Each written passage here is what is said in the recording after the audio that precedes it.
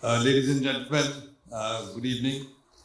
Mr. Acharya, Chairman Nucleus, Vishnu, MD, co-founder, Vinod, my old friend and ex-Comptroller Auditor General of India, and all the board members here, in fact, all the esteemed guests.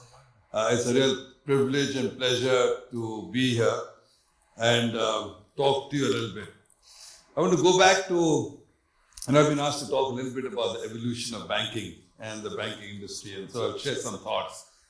But I want to take the liberty of going back in history and go back to the 1980s. You know, when I started my banking career in 82 in India, frankly, maybe probably all over the world, it was all a very manual environment. And so my friend Shrikant will remember, we used to have pink tickets for debit and white tickets for credit. And we used to keep writing debit and credit and go to ledgers and ledger machines to post them. In our first couple of years, we started automating and moving things onto machines. And it was interesting times and interesting days. I still remember the first sort program I wrote personally with a friend of mine to do check clearing. It took us 8 hours to sort 143 checks. So obviously not the most efficient program at that time. But that is the time I first met Vishnu. He started working with Citi through a colleague of mine, the consumer background, Bhagwat, and we started interacting. So our relationship goes back some 40 odd years to the very early days of automation. I moved to Singapore in the 90s. I actually helped move our data center from Bombay to Singapore at that point in time in the late 80s. And very soon, my close friend and partner Sajid Sarpal moved here. And so as Vishnu said, 30 years ago, we were fortunate enough to be able to associate again with Nucleus. And I think we gave Nucleus some business to do wholesale lockbox somewhere in Australia or something. But it goes back a long way, and therefore the evolution of banking, certainly from a technology standpoint, I go back to the 80s and 90s as I think about the old days in the journey. But instead of going that far back, I'm going to actually start focusing from another 15 years thereon, from the decade of the 2000s, the 2000 to 2010 decade.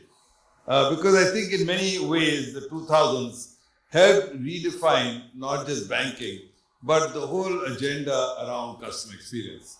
Because 2000s was the decade when the mobile phone happened, internet happened at scale, and as a consequence, the customer expectation and customer experience started changing in industry after industry. What the internet and the mobile phone gave people is the notion of you can buy at your convenience whenever you want. You can buy wherever you want. You can do comparison shopping before you buy. And you can expect an experience of this sort, whether you're doing e-commerce, buying books from Amazon, which was early days, or a whole host of early applications. But the mindset of the consumer, the mindset of the customer started changing because the benchmark at that point in time started changing. A lot of banks by then had already started internet and mobile applications, early days, but they were fairly decent applications. I remember in the late 90s, I'd already started establishing the first e-commerce platforms for Citibank in Asia. And we were beginning to do a lot of our banking on the desktop. But for me, the next seminal moment actually came in 2012, 2013. And it was a chance encounter, well, not chance, I'd asked for it, with Jack Ma at Alibaba. Over a breakfast meeting, he explained to me the extent of his vision, or what he was trying to do with Alibaba. This is before Ant Financial, it was still Alibaba, Alipay. And it struck me on reflection that in everything but name, what he had done was created a completely different way of banking, digital bank. He had even at that time, some 300 million consumers that he was willing to finance. He had 3.5 million SMEs that he was willing to finance. He was moving more money around than anybody else in the financial landscape. He started selling insurance at that time. And he launched Your Bao, the fastest growing money market mutual fund. And he had done this without a branch system. He had done this without feet on street. He had done this without any salespeople. Like I said, he wasn't called a bank, but in everything but name, he was already doing banking. As a funny aside, a couple of years later, I was in Shanghai and I went and met the regulator who's a good friend of mine now, Vice Minister. And then I asked him, these guys are a bank. Why don't you regulate them? And he said, in all earnestness, earlier they were too small, now they're too big. But irrespective, they had become big by then. Now, after talking to Jack and coming back, we'd already started seeing more evidence of the unbundling of the financial services value chain already. People were getting into the payment space, people were getting into financing, people were getting into wealth management. And so you could see that various parts of the entire value chain could be done differently and done competitively differently. So with some of my colleagues, we started thinking about what could we do as a bank to truly transform the nature of banking. The first thing we did was land upon what we call the big tech model. And we broke the big tech model at that stage, 2013, into 5 key things that we needed to be able to do differently. The first was customer acquisition. In the banking space, we'd all got brought up with the notion that we needed a branch banking system and you need relationship managers to go and acquire business.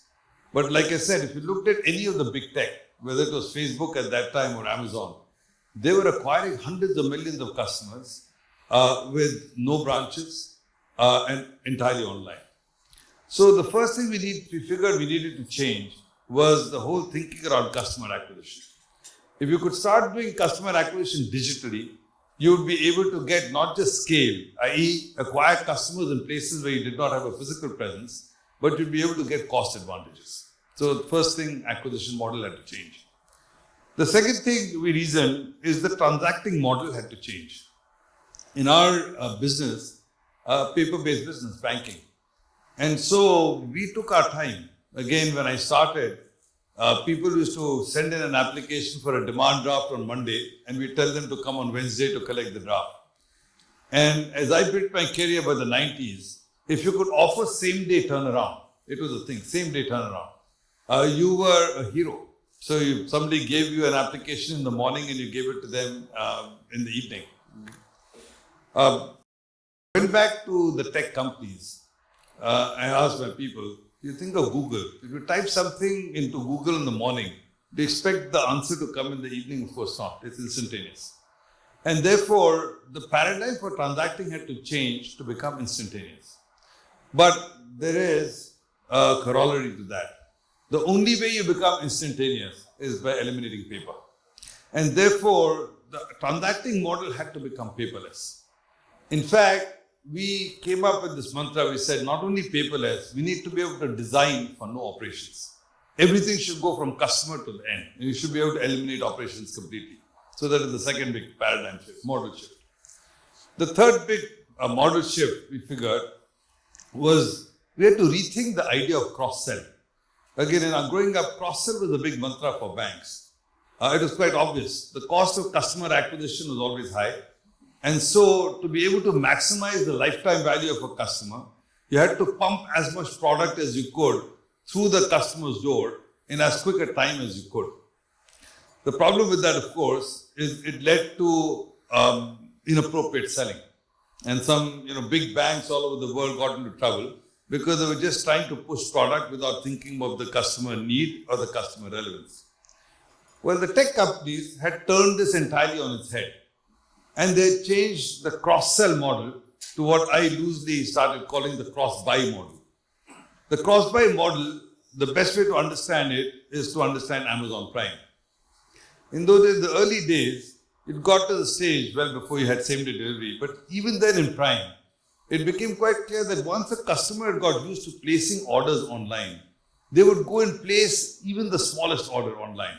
And the realization that my children were ordering a single toothbrush on Amazon Prime and hoping to get it delivered just opened my eyes that once customer convenience gets to the stage that the customer gets completely addicted to it, they will order everything with you online. So once you do that, you don't have to cross-sell. The customer chooses to cross-buy purely based on the convenience that you create for them. And so we said we're going to change the cross-sell to such a convenient way, in context, in place, of making opportunities available that the customers will choose to do more of their own volition.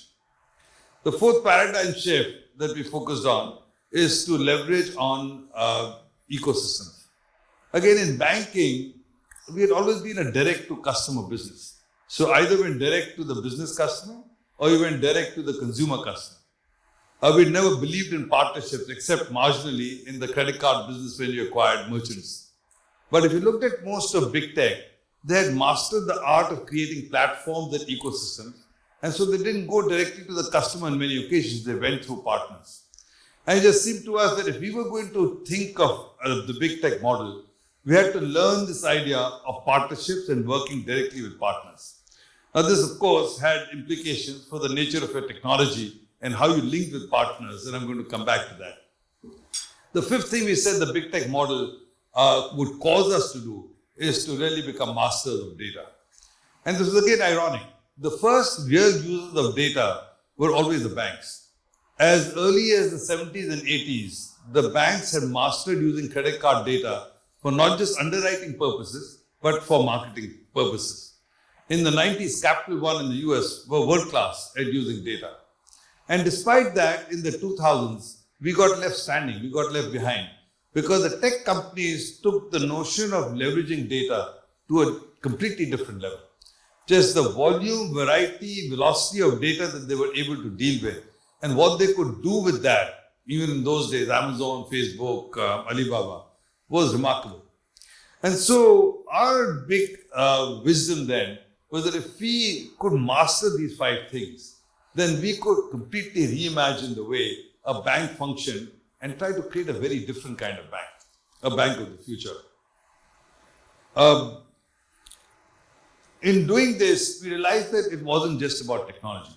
That if we really wanted to create this different kind of banking, we would have to marry a technology change with two other really important things. One, a complete refocus on the customer obsession at scale. Again, this is ironic because, through all my banking career, customer service, customer focus has always been a mantra and a buzzword, so it was not new. But we realized that the tech companies took off where the banks stopped, or most other industries stopped. They were using customer instrumentation and customer focus in ways that the legacy industries had not even imagined.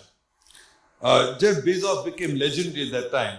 If you went into a meeting in Amazon, you could not discuss P&L. You could only talk customer and customer metrics. So we said we need to really figure how you use customer science at a completely different scale.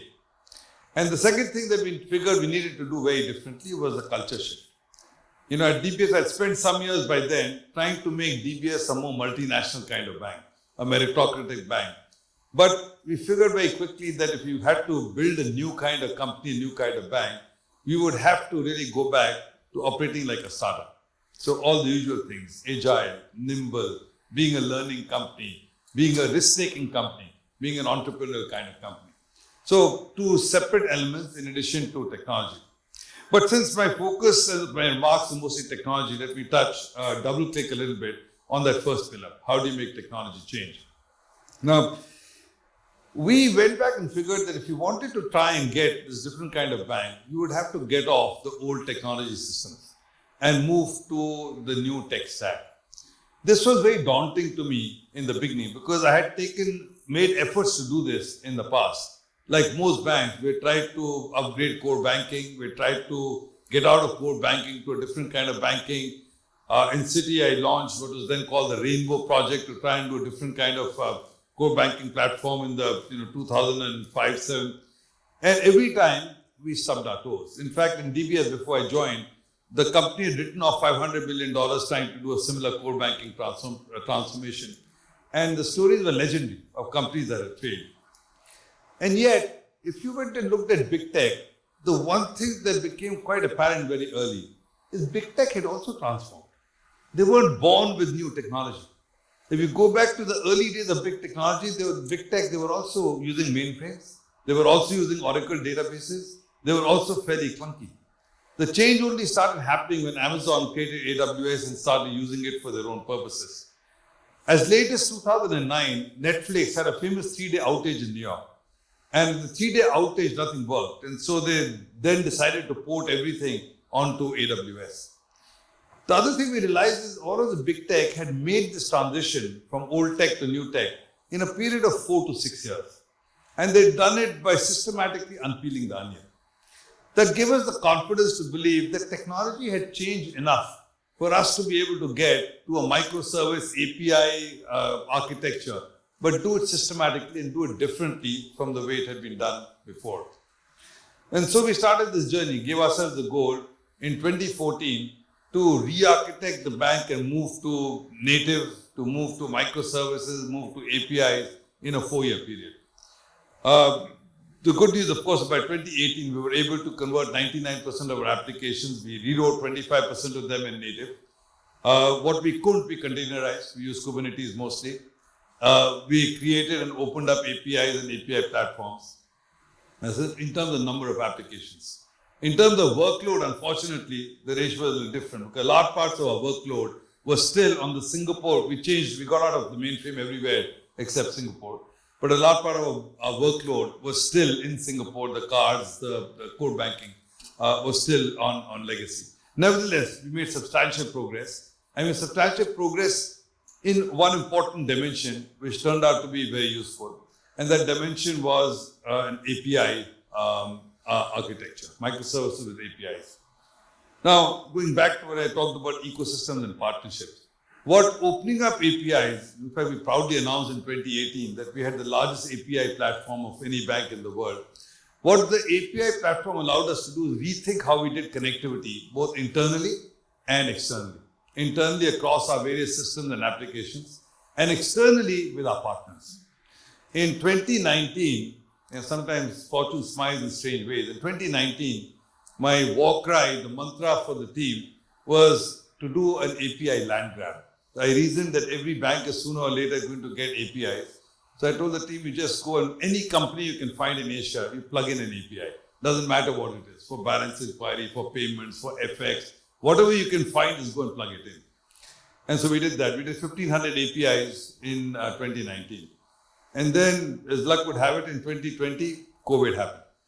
When COVID happened, everybody decided to work from home. People started looking for new ways of doing digital. We were one of the few banks which had plugged in APIs all over the region. Our volumes went up 400% in 1 year, 4x.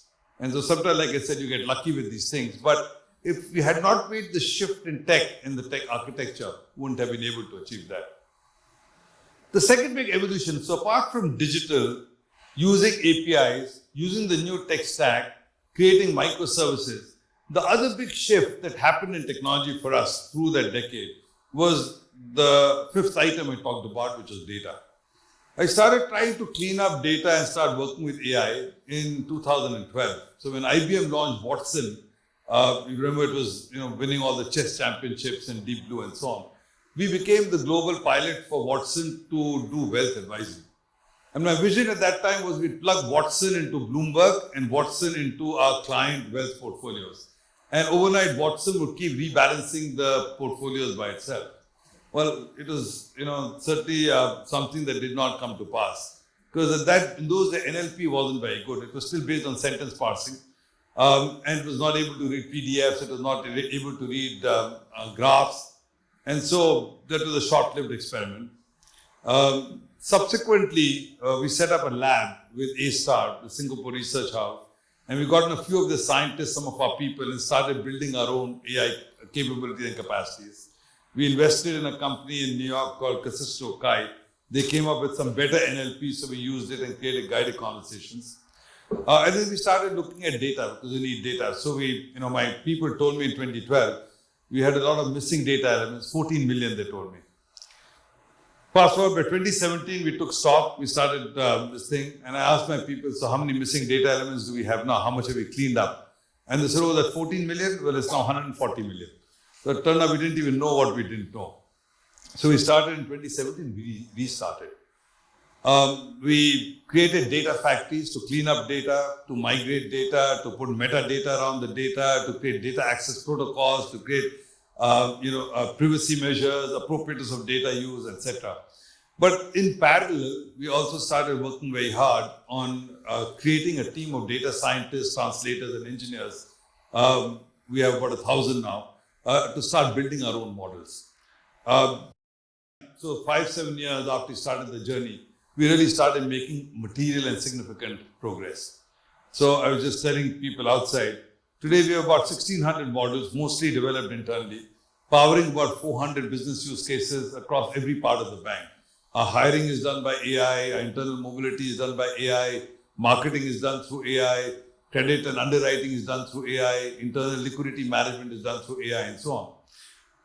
But like everybody, we're seeing a lot of anecdotal benefit from both the digital agenda and the AI agenda. And so, as part of the technology evolution, I'm a big believer in you manage what you measure. I started pushing the team saying, how do we measure these things? In 2017-18, we did the first investor day around the world, where we created a model to show the breadcrumbs from digitization to shareholder value. And we did that through a simple model by defining customers as either digital or non-digital, we call them traditional, and demonstrating that any digital customer gave you 3 times the volume of business and 2 to 3 times the revenue per customer. So you could see that the breadcrumbs directly to shareholder value. But 3 years ago, we started doing the same thing for AI. And we did that through an even simpler methodology, which was the A/B testing methodology. So we'd always, for every one of our business use cases, we have a sample group, a control group, the A group, where we don't use AI. And then for everything else, we sort of put AI in and see what lift we get. And so I'm very pleased that in the first year, we saw $80 million of lift. Last year, we saw $300 million. This year, it's about $750 million. And next year, we think we'll create over $1 billion of economic value through use of AI. So to me, the 2010s decade was really defining in the evolution of technology for both these reasons. Relentless focus on customer experience, creating the convenience and using APIs to change the way you thought about the nature of the business itself, and moving from big boulders to small pebbles in terms of architecture. And second, data and AI to be able to take that and rethink a business model to the back of that. So as we go forward, we're here in 2024. Where is banking and technology going? First of all, AI and now Gen AI is obviously a game changer. We're beginning to put Gen AI use cases into work, and all the standard use cases, the call center, software development, testing, relationship management. We put out some 35 use cases in the last few months. But I think as we go forward, in addition to AI, the other big thing that's going to really impact the evolution of banking technology is going to be tokenization. I know the last couple of years, crypto became a bad word, went out of fashion. But you have to step back and try and figure the essence of tokenization, the capacity to tokenize everything. People call it digital. I don't call it digital because everything's been digital for so long. In fact, money's been digital since I joined banking. Nobody carries, gunny bags of money anymore. What tokenization does is give you 3 things. One is fractionalization. So you can take any asset class and break it down into decimals of a point. You don't even need one share or one bond. You can go to 0.001 of a share, and you can therefore distribute broadly into retail and into people who can't afford the ticket sizes of a legacy world. Second, atomic settlements. It allows you to actually settle at small size across asset categories. For DVP, delivery versus payment, FX versus payment, cross FX, any category you can settle atomically. And the third thing it does is programmability. You can program into tokens, and therefore you can build conditionality. Now, each of these is very profound consequence as you think about the nature of value in the world going forward. The reality is that value, money loosely, has always followed technology. In the old days, money used to be cowrie shells. And then money became, metal, gold and silver. And then after the printing press got created, money became paper. And then with the emergence of plastics, money became plastic. So it's logical to believe that as technology progresses, the nature of value will change.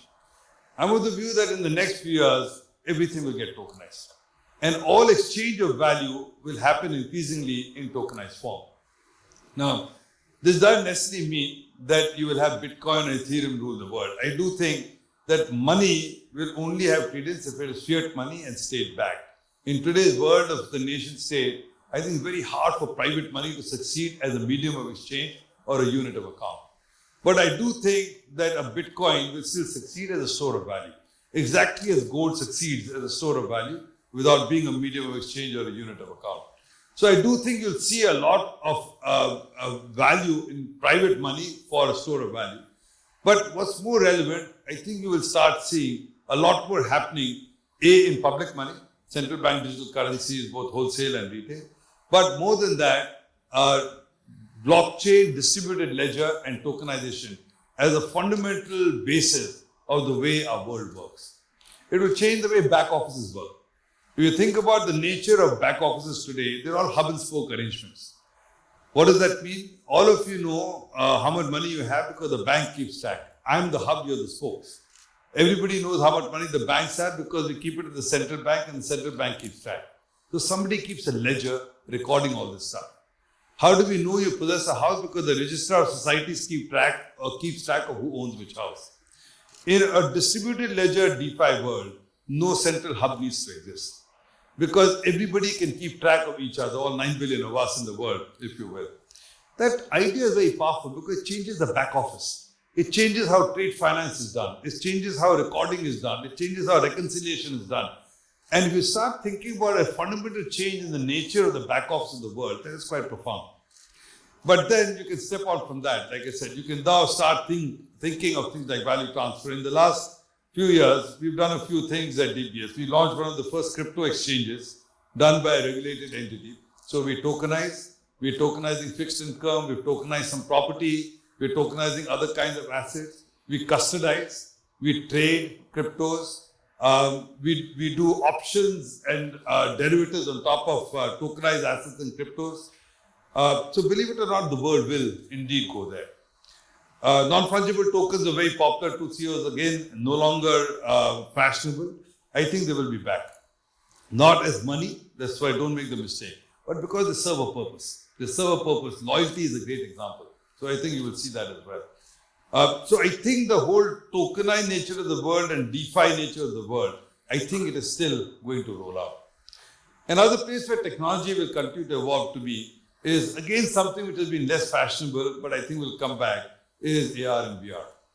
Those of you who have played around with the Apple Pro, the new Apple glasses, will see how much of an improvement it already is on the Google glasses. Its ability to blend the hybrid world, the external world with screen, is very powerful. I spent some time on it a couple of weeks ago. And just to pinch and pull and drag icons and do things is great. We asked some of our traders to look at it. And for the first time, our traders tell us that we could sit and trade on this. Now, I think it will take somewhat longer, but I do think that is also the form factor will be a big part of how we go forward in technology. And it could be maybe not just the glasses, any other kind of form factor. So I think form factor shift from the iPad or the mobile phone and a continued change in the settlement systems and the backers of the world are all things that you will see in the evolution of technology as we go forward. What is it going to change? I keep getting asked the question, so will banks survive? Will legacy companies and banks survive? And my response to that question is, it was in the late 90s, I think, 96 or 97, when Bill Gates famously said, banking will exist, but banks will not. And, it's 25, 30 years since then, almost as long as Nucleus has been in Singapore. And the banks are not only still around, they still have the dominant market share in country after country around the world. So I think it's a little premature to count the banks out. And I think particularly in today's age, the nature of the player is less relevant. What is relevant is the capacity to be able to be nimble and to transform. Technology, the same technology is available to everybody. Whether you're a large incumbent bank or you're a fly-by-night coming in a garage, you can get the same technology. The same talent is available to everybody. And if the technology and talent is available, then why would incumbent banks necessarily be at a disadvantage? They have the benefit of a large customer base. They have the benefit of inertia. In our industry, customers don't move very easily or very quickly. So they will lose only if they will it on themselves. If they do not make the kinds of changes I've talked about, embrace new technology, embrace a different culture, embrace customer centricity, then yes, of course, banks will lose. But on the other hand, if banks can do that, there is no reason for banks not to continue to win. And to me, therefore, it's quite informative, educational, that even today, 10 years after you started seeing a lot of the new banks, digital banks and fintechs, 95% of digital banks in the world still don't make money, 5% do. And there are only less than 10 banks who really achieve scale, like New Bank in Brazil or Kakao in Korea, but they're not that many, half a dozen of them. And therefore, my view of the world of the future is we'll have a whole host of different players. There will be some tech players, there will be some banking industry players, there will be some non-players from outside the industry. But the people who will win are the ones who will continue to leverage technology, who will continue to involve in the customer experience, who will continue to involve in the leveraging and use of data, who will continue to believe in the paradigm that you need to be where the customer is, in the customer's context. You got to think of adjacencies, you got to think of ecosystems and partnerships. You've got to continue to think of new ways of settlement and tokenization. And if you can do all of that, then you will win in the years to come. I'm pretty sure that Nucleus will be part of this future. 40 years with India leadership is not a small period of time. And for you to continue to not only survive but thrive is a great kudos to your achievements, a great accolade for the capacity of this company to do good things and great things. So I can only wish all of you at Nucleus here the very best for the future, for the days to come, and for your continuing leadership in the evolution of technology as technology does evolve. Thank you all.